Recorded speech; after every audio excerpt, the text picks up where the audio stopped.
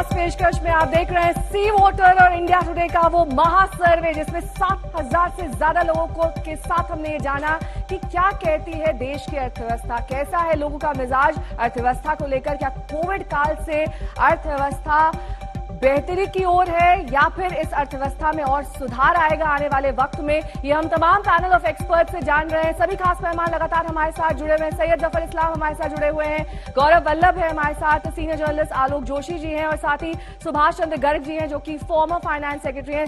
सबसे पहले कुछ आंकड़े आपको दिखा देते हैं। दरअसल हमने देश की जनता से ये जाना, जो 60,000 से ज्यादा का सैंपल साइज है, उनसे पूछा कि मोदी सरकार की सबसे बड़ी सफलता दरअसल क्या है। तो 22% लोगों ने कहा है कि कोरोना से जिस तरीके से मोदी सरकार ने लड़ाई लड़ी है वो सबसे बड़ी सफलता माना जा सकता है। वहीं 16% लोगों का मानना है राम मंदिर सबसे बड़ी सफलता है। 12% लोगों का मानना है कि अनुच्छेद 370 हटाना मोदी सरकार की सबसे बड़ी सफलता है। लेकिन इस सबके बीच हम आपको अपने पैनल ऑफ एक्सपर्ट्स के पास लिए चलेंगे और उनसे भी सवाल करेंगे। लेकिन एक और सवाल जो कि हमने देश से पूछा अर्थव्यवस्था के लिहाज से, वो ये था कि एनडीए सरकार की आर्थिक नीतियों का लाभ किसे मिला है। बड़े व्यापारियों को मिला है 48% लोगों का ये मानना है, छोटे व्यापारियों को मिला है 8% लोगों को मानना है, जबकि अगर बात करें नौकरी पेशा लोगों को सिर्फ 8% नौकरी पेशा लोगों को इसका फायदा मिला है, किसान को 12%, वहीं दिहाड़ी मजदूर को महज 7% फायदा मिला है मोदी सरकार की नीतियों का। और एक एक करके हम नीतियों का जिक्र भी करेंगे। दरअसल ये वो नीतियां हैं जो आर्थिक स्थिति से जुड़ी हुई हैं, चाहे वो उज्ज्वला योजना हो, पीएम सुरक्षा बीमा योजना हो, पीएम जीवन ज्योति बीमा योजना हो, अटल योजना हो या फिर हाउसिंग योजना यानी कि housing for all. Syed Zafar Islam, एक छोटा सा सवाल, बहुत सारी योजनाएं मैंने यहां पर गिनाई जिनका टारगेट, उनमें से एक हाउसिंग योजना 2022 था। ये सब टारगेट मीट कर पाई है सरकार? क्योंकि सबसे ज्यादा फायदा तो जो हमारे सर्वे में दिखाई दे रहा है वो बड़े व्यापारियों को मिला है, ये सर्वे कह रहा है। देखिए, आपको जब ये लोग कहते, पहले समझिए कि बड़े लोगों के जो वेल्थ के बारे में बात करते हैं तो ये नहीं कि उनके पास कोई पैसा आ गया है, उनकी कंपनियों के स्टॉक्स के वैल्यू बढ़ गए। अभी चूंकि इंडियन इकोनॉमी अच्छा कर रही है, इंडिया में पॉजिटिव डेवलपमेंट है, पॉजिटिव ग्रोथ है, और यहां पर जो सरकार है वहां स्कैमस्टर्स की सरकार नहीं है, यहां पर पॉलिसी इनिशिएटिव है, पॉलिसी पैरालिसिस नहीं है। इसलिए बाकी दुनिया के ग्लोबल इन्वेस्टर्स इंडिया में पैसा डालते हैं तो उनकी कंपनियों में जब वो शेयर लेते हैं तो उसका उछाल आता है और इसलिए उसकी वैल्यू बढ़ती है, इसलिए उनकी नेटवर्थ ज्यादा देखती है। कोई कैश उनके पास घर में नहीं आ गया, अगर वो गिरेगा तो उनकी वैल्यू भी कम हो जाएगी। तो इसलिए जैसे कि आप देखिए 2008 में इंडिया में 6,000 पे इंडेक्स था, जो सेंसेक्स था, आज वो 60,000 पे सेंसेक्स है, 10 टाइम्स वहां से ज्यादा बढ़ गया है। तो ये समझ में आता है कि इनको समझना चाहिए कि कोई हाथ में पैसा नहीं आ गया, ये सिर्फ वैल्यू उस वक्त ऊपर नीचे चलने वाली जो है शेयर की वैल्यू की वजह से है।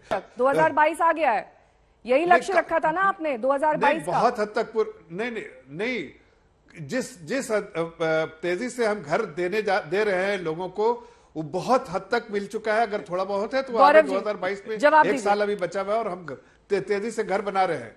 और साथ साथ ये बोलना चाहते हैं कि आम आदमी की निजी जिंदगी में हर तरह से बेहतरी है, उसकी हमने कोशिश की है और साफ नेहा जी, मुझे इनके ऊपर बड़ा आश्चर्य आता है। नेहा जी, बड़ा आश्चर्य आता है मुझे इनके ऊपर। देखिए जरा चेहरा, जब ये कहते हैं WPI इसलिए बढ़ रहा है क्योंकि आप बोल रहे थे ना बीच में, जीडीपी जी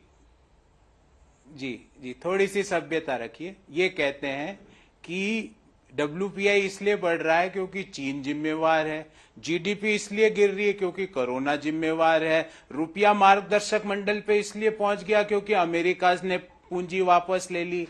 तो आप किसके लिए जिम्मेवार हो? आप क्या सिर्फ मोदी महल और हवाई जहाज खरीदने के लिए आपकी जिम्मेवारी है प्रधानमंत्री के लिए? आप ये बताइए कि 7% बेरोजगारी की दर कॉन्स्टेंटली क्यों है? बीच में मत बोलिए, नो। अरे प्रोफेसर, ये इकोनॉमी से बात करो ना, कुछ ऐसे बात आप ये बताइए बेरोजगारी की दर। इंटरफेयर किया ना, आप भी मत करिए सर प्लीज। गौरव जी बात रखिए। नेहा जी, आप इनसे ये पूछिए बेरोजगारी की दर इकोनॉमी में कॉन्स्टेंटली 7% क्यों है? शहरी बेरोजगारी 9% पे क्यों है? इनकम डिवाइड क्यों बढ़ता जा रहा है? किसान 27 रुपए कमाता है और गौतम अडानी 1002 करोड़ रुपए प्रतिदिन कमाता है, ऐसा क्यों? ये कह रहे हैं कि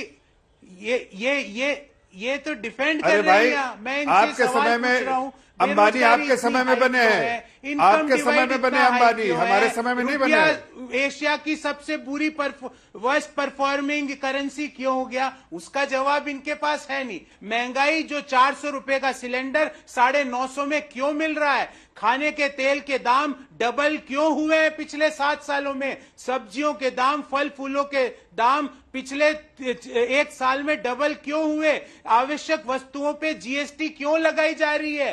रोजमर्रा में काम आने वाले कपड़े, जूतों पर जीएसटी 12% क्यों करी 5% से बढ़ाकर 12%? इन सवालों का जवाब देना पड़ेगा। देश के ऊपर कर्ज 2 गुना से ज्यादा क्यों बढ़ाया?